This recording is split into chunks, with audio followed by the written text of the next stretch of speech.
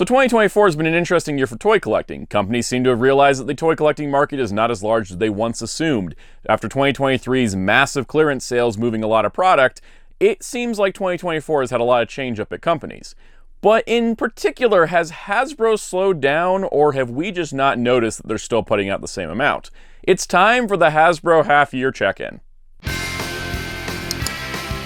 It's morphin' time!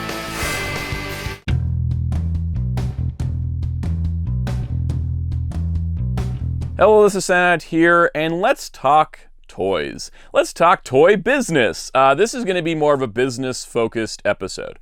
So we need to sort of talk about where Hasbro is at to kind of determine if we can answer the question proposed by the video title, has Hasbro actually slowed down?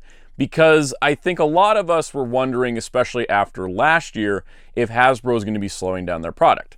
So let's get you up to speed in case you don't know all the details. So over the course of the last several years, since 2020, there was a big speculator boom of toy collecting and video game collecting and card collecting and not so much comic collecting. Comic collecting is kind of stabilized nicely, but toy collecting had a huge influx of people buying stuff in 2020, 2021. 2022, they started buying less, and by 2023, a lot of those speculator collectors, not the long-term collectors, but people that just kind of joined the hobby for a little bit, they kind of fell away in 2023. But that was the year that toy companies kind of caught up to their big influx of people buying stuff. This was because it takes a couple years to get a toy line off the ground. So throughout 2023, we were seeing sort of a lot of product where you're like, why is there so much coming out? And the long-term collectors are like, this is a little too much. We were having insane amounts in established lines like Marvel Legends, but then we had other lines like Indiana Jones, which just came and went in 2023. There was a Dungeons and Dragons line that came and went in 2023. The Power Rangers Lightning Collection ended in 2023. There's other lines like Super 7 had 16 million Ultimate lines, and they've pared it down to just a few. There was a lot of shift in the industry where last year they were sort of having a product lineup that was accommodating a collector base that existed in 2021 that did not stick around long enough in 2023. So a lot of us long-term collectors got a lot of great deals at the end of last year because a lot of stuff went to clearance because there was so much product coming out. Stores were like, we need to get this going, get this out of here. And so because of that, 2024 is being looked at as a year of change, a year of adjustment for a lot of reasons. And the reason why is because after 2023, quantities have been adjusted on toys. We've been seeing stuff come in stock, sell out, not come back again. There's been companies like Super 7 have talked about, we're not producing as much as we were of Ultimates, for example, because a lot of those went to clearance, but now they're not producing as much. And Hasbro overall is not producing the same quantities of items as they once were. And that has worked out in the favor of some lines, and there are some other lines that are still a little rough. So I'm going to take a look at Hasbro's 4 major action figure brands: Star Wars, G.I. Joe, Transformers, and Marvel Legends. Because I think it's very interesting to track and look at where we're at now that we're at the end of June, which are about the halfway point of the year. See, because the thing is, I cover all of the Transformers, G.I. Joe, and Marvel Legends releases in my yearly rundown series, so I already have spreadsheets built for this. I had to update my Star Wars spreadsheet that I haven't fully finished yet, but I at least updated for the last couple years, so I could have some numbers to run with. But in general, this is not going to be like a, stats video, but I'm going to compare what are the numbers of figures for 2024 compared to 2023, and hopefully that'll be interesting. If this does sound interesting, you want to see me do more kind of like this armchair business talk thing, because again, I don't know what goes on the inside of the companies. I'm just observing from a reporting perspective. I look at what we see and I, make conclusions based on that. If you like that kind of thing, hit like, hit subscribe, and the notification bell for more videos and to get this video out there to more people. But let's take a look, and let's start with Star Wars, because it's a line I collect the least of, but have the most passion about. Okay, so Star Wars is kind of a weird one because I don't heavily collect Star Wars Black Series anymore. At one point I was a Black Series completionist, and I don't collect vintage collection because I dropped that once Black Series came around. I'm just a larger scale figure kind of guy.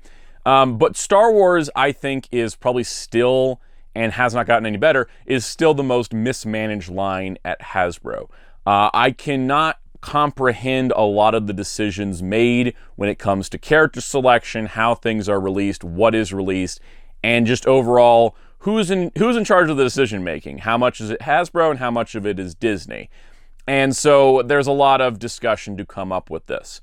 So when we're talking about Star Wars, I look at Vintage Collection as like the main Star Wars line now. It used to be Black Series, but they really seem to be putting more love into Vintage Collection. And that appeases the older collectors, the ones who've been collecting since the old days, because 3 3/4 inch scale, which is what Vintage Collection is in, has like a tendency to be just a little bit more ingrained in the collecting base. So but then there's other examples of we got a deluxe Black Series Black Chrysanthemum from Book of Boba Fett, and we got a deluxe Vintage Collection Black Chrysanthemum from Book of Boba Fett, and the Black Series one doesn't come with nearly as much stuff as the Vintage Collection, and they came out around the same time, so I'm not really sure why that is. But it definitely feels like they kind of treat Black Series as more collector focused, or casual collector focused, whereas Vintage Collection is more hardcore collector focused. This does lead to some weird situations because Vintage Collection only has one member of the Bad Batch in the form of Hunter, whereas Black Series has had 2 sets of the Bad Batch so far. It's kind of some weird dichotomy thing. Black Series tends to get a lot more of the current media stuff, whatever's going on in Disney+, whereas Vintage Collection kind of goes into the legacy stuff more. But there needs to be more overlap in between, because as a Black Series collector, there's a lot of key iconic movie characters that we don't have. And in fact, the current phase of Black Series has been running since 2020 to now. It's actually only had 1 sequel trilogy figure, which is kind of a shame because there's a lot of cool sequel trilogy designs we haven't gotten in Black Series. But going forward with that, where I look at Vintage Collection as kind of the more hardcore audience, Black Series is the more casual, it doesn't really correlate as well either. Black Series has got this onslaught of Mandalorian figures. There's just Mando variant after Mando variant after Mando variant after Mando variant, whereas I think that would be more suited for Vintage Collection. But then Black Series has to reuse molds because the budgets don't work out well for Star Wars because you can't reuse molds as much, and that's why we get so many things like the Mandalorians, or the Carbonized, or the Credit Collection, or the Holiday figures, or the Holocom Collection, which sort of just feel like they're padding out the line in a way to just reuse the molds, and that's kind of how it goes. And unfortunately, I think that the large chunk of the budget that gets sucked away by the Disney license is making Black Series a worse line, because we started to see figures be introduced that don't have thigh swivels, but just kind of have a ball hinge hip that sort of moves. They've been doing better with some characters who are Jedi, like Ki-Adi-Mundi has a thigh swivel, and then Harrison Dula only just has a slight tweak at the ball hip. But overall, it does feel like you're getting less bang for your buck for the $25 price figure on Black Series. Vintage Collection feels a little bit more worth it. Vintage Collection also can successfully do HasLabs so far. Every Vintage Collection HasLab has been successful so far. The Cantina seems to be struggling a little bit. We'll see how that goes. Whereas Black Series hasn't been able to fund a single campaign yet, and that's because they usually are too expensive for what they are, which is kind of, I think, the Black Series problem in general. So let's see, is Black Series slowing down? Last year we had 110 releases for Black Series. That includes all the Holocom stuff, all the repaint things.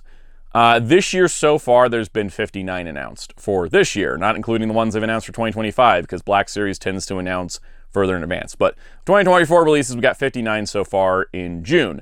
And we are, like I said, seeing stuff for 2025, so I don't know if Comic-Con or any future events are going to announce more 2024 figures, but I have to imagine it's going to be something.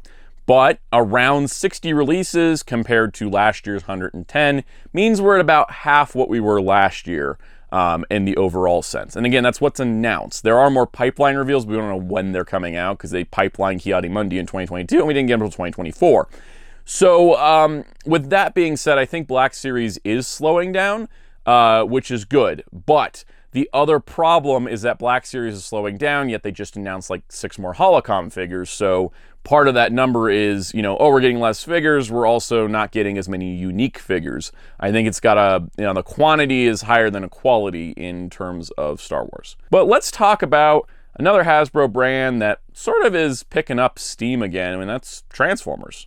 So Transformers is interesting because it also is running 2 toy lines, Transformers Legacy and Transformers Studio Series. These two lines are sort of complementary to the point where I asked the question of why they're even separate lines anymore. I think when the studio series was just live action movies, I got it. But as soon as I start rolling in G1 stuff, it's like, okay, Legacy just rolls in every other universe, so what's the real difference here? They cost the same, yada, yada, yada. But that's a whole conversation, technically, for a separate video, and I've had this discussion before. But in terms of Transformers, is Transformers slowing down? Not really. Running the numbers here, last year for Legacy, we had 85 figures. This year for Legacy, so far, we have 62. Now, they have said that the last wave they announced is the last wave for the year, but Hasbro is notoriously really terrible at tracking dates. One of the other frustrations of collecting, when you're like, I'm expecting Hot Shot in September, why are you sending them to me in June? It throws off the budget when they're a whole quarter early. But with that aside, if Legacy is done announcing stuff for the year, then we're at 62 as opposed to 85, so we have gone down a bit. And that's mostly in exclusives, but then also some other cases, like we just had a whole wave without any leader class. That's just kind of how that's going. The one I find interesting is Studio Series. Last year we had 36 Studio Series figures. This year we've had, so far, 22 Studio Series figures. And that says to me that they are slowing down a bit, because again, I don't know if we're going to get another Studio Series wave, and is that wave going to be like 14 more figures? We know there's a Studio Series Commander class coming that we haven't seen yet. That's probably at Comic-Con. There's probably a wave, but are we going to get 14 more figures, or will we have less than the previous year? See, because when I've been tracking these things for rundowns, it seems like every single year these lines get bigger and bigger and bigger. So it's nice to see that, like, Transformers has pulled back a little bit. Not much, it's still in the same range of what it normally is, but it has pulled back a little bit. And they had a really successful HasLab this year, so that's always a good sign of the quality of the brand and things going. I don't really have anything else to say on Transformers, but it's about the same as what it was, maybe a little less, which is appreciated in the long run. G.I. Joe Classified Series. One of my favorite lines of all time, honestly, at this point. It's such a great, high-quality line of figures. Last year was kind of intense. We had jumped significantly higher with G.I. Joe from the previous year. We had jumped, I think, around 40 releases to 73, which was a lot to put in one video. That's because they kind of increased the number of releases. We were getting a lot, and we were getting like whole sub-lines at Walmart and Target to bolster the ranks. But the good part is that we've seen 54 announcements for the year so far. I am counting the Storm Shadow V2 wave that just got announced, because that says January, but again, I don't believe Hasbro date's probably coming out this year. But we're at 54, which is a little less than 73, not a huge jump down. But I'm hoping it kind of stays around that, and anything they announce at San Diego Comic-Con will be for next year. We do know there's a couple other releases coming up this year. We do know there's a HasLab being announced at San Diego Comic-Con. The Nemesis Immortal figure is still coming forward. That's included in the 54. There may be another exclusive or two here. So I'm hoping the year settles out under 60 figures, because G.I. Joe is still a popular brand. It's just not like as popular as, say, Transformers or Marvel, but it's still popular enough that I think the line should keep going at about 60 figures a year. About 60 figures a year feels about right for G.I. Joe. I think it's nice, and if it goes down, that's fine too. I think the quality is still there, and as long as the quantity doesn't impact the quality, which it sort of kind of did at the end of last year, I was a little worried. A couple of figures had some QC issues, as you can see in my rundown video from last year. But that line has kept its quality. The figures are still great. This year we got more vehicles, so I think probably price-wise, this year kind of works out about the same as it did last year, but we got all these vehicles instead of, instead of like, here's a bunch of more single figures, because they did reduce the waves. Last year the waves were 5 figures a wave, now they're 4 figures a wave, but now we're getting like a vehicle every quarter, so there's a lot more stuff going on, and I'm curious to see how the line will progress. And San Diego Comic-Con will be a good indicator of, is this year going to have less figures than last year, or more about the same? So that brings us to Marvel Legends, which is a line that a lot of people look at as, oh, there's so many figures, and there is. It's still the champion of output at Hasbro. But I gotta say, before we talk about numbers, this year's Marvel Legends have been really good. You may have noticed I've been doing a lot of Marvel Legends shorts, and it's kind of like, I'm just excited about the line again in a way that I hadn't been before. It's just really cool to see so many cool figures coming out. There's a lot that is coming together, a lot that's going together with the Marvel line, and I'm just so excited to see what's coming up still. I don't think we're done with announcements for the year. Obviously, there's Comic-Con coming up. There's probably a HasLab in the fall. They tend to do Marvel HasLabs in the fall, and they've been kind of spacing out the HasLabs this year. You know, we did Transformers in spring, Star Wars in summer, you know, G.I. Joe's gonna be late summer, early fall, and then Marvel's probably gonna be late fall, early winter. I really like the way that Marvel Legends has progressed, because they've taken what I was hoping for and what I said that I'd hope for, which is lower the quantity, increase the quality, because they've just been putting out banger figure back, and they've been reissuing figures as opposed to repacking them, which has been really nice. So kind of, for me, when I'm doing the rundowns, I don't count just straight reissues, so I can lower the number comes down a bit. But in terms of new releases announced for this year, we're at 93. Which still sounds like a lot, because it is, but this is Marvel Legends. It's always been kind of a lot. But when you compare to the fact that last year we had 197 releases, 93 is a breather. It is most likely, I think, heavily due to the fact that the MCU is going through a lot of production turmoil. Movies are getting delayed, shows are getting delayed. So there's not that many MCU figures. We only had a handful of movie-based figures this year. And so it's nice to see that, because now the comic figures are shining even brighter than they were before. And I'm hoping that Marvel does, like, and the Marvel team can work this out to kind of keep Marvel Legends around 100 figures a year, maybe a little bit more, maybe a little bit less, because close to 200 was just too much. It's hard to keep track of when there's that many figures, because you start to get lost. If you're not keeping on it, you're like, wait, that figure came out, that got announced, when did that happen? It is very easy to lose track of this line when there's so many releases pumping out. It's still kind of hard to keep up with, because we had 93 announcements so far for 2024, but these take us into November of the year, so I feel like we're close to the end of this year's run, especially with MCU stuff not happening until next year. Now, I'm hoping that, you know, of course, the figures coming out this year aren't a direct response to last year, but I hope that they have been looking at trying to reduce the output of the line and increase the quality for a bit. Clearly they have, because again, this year has been so solid. And so I'm looking forward to more Marvel Legends, but I'm hoping we don't get 100 new figures announced and released between now and December, because I think that might break me. But in terms of the overall output, it does seem like this is going to be the first year in like 7 years where Marvel has less figures than the year prior. And if that's the case, I'm pretty dang happy about that. So that's where we're at. That is the half-year check-in for Hasbro. I think it was interesting. I could pull these numbers up. I want to talk about some other toy companies and like what they're doing and adjusting. It seems like Bandai's trying to throw everything out before the sun explodes. But I'm looking at kind of like doing more videos like this, more analytical stuff, more talking about the business side. I do this on my live streams. You can check out every Monday at 5 p.m. Eastern here on this YouTube channel. But those live streams, I do a lot of this kind of talk as well, so go check those out. But I wanted to kind of do this video about Hasbro because it's easier for me to do this one first, because I've kind of already got all the numbers, because I have all these spreadsheets to keep up for the rundowns. And the rundown, speaking of, something's got to replace Power Rangers this year, and so I'm waiting to see how Studio Series shakes out, because maybe Transformers Studio Series will replace it. Maybe Star Wars Black Series will replace it.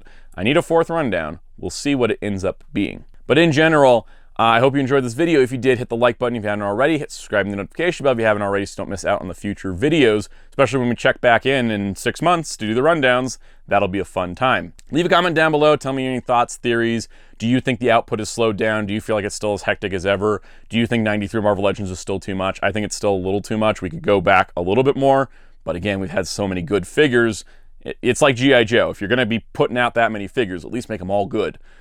Because nothing wears down a line than a whole whack of mediocre figures. Of course, check out our Discord server in the link below. Come join our community. You can help support the channel. As a channel member, you get perks like early access to videos, shout outs, member exclusive live streams. Details in the join button down below. Let's give a special shout out to our channel members. Special shout out to our channel members, including our Captain Tiers, Spin-54, Super Shaddix Boom, Toma K, Jamie's World, Masterbin95, Princeton Phalanx 59, It's La Dorman, Matthias Laura, K Breezy, Sent Anti-Ranger Donnie, Ray Venkman, Common Jojo, Scotty Z70, Oma Ender, Marvel Fan, Dr. Grid, Brendan Overland, ARGM Marco27, Jeremy Carr, Smith the Crow. You can also find me across social media on most platforms at Soundout12. You can also find my awesome graphic designer on social media and Discord at DarkClaw643. And you can find Hero Club at hero-club.com for toy news and more. Till next time, this is Soundout saying goodbye.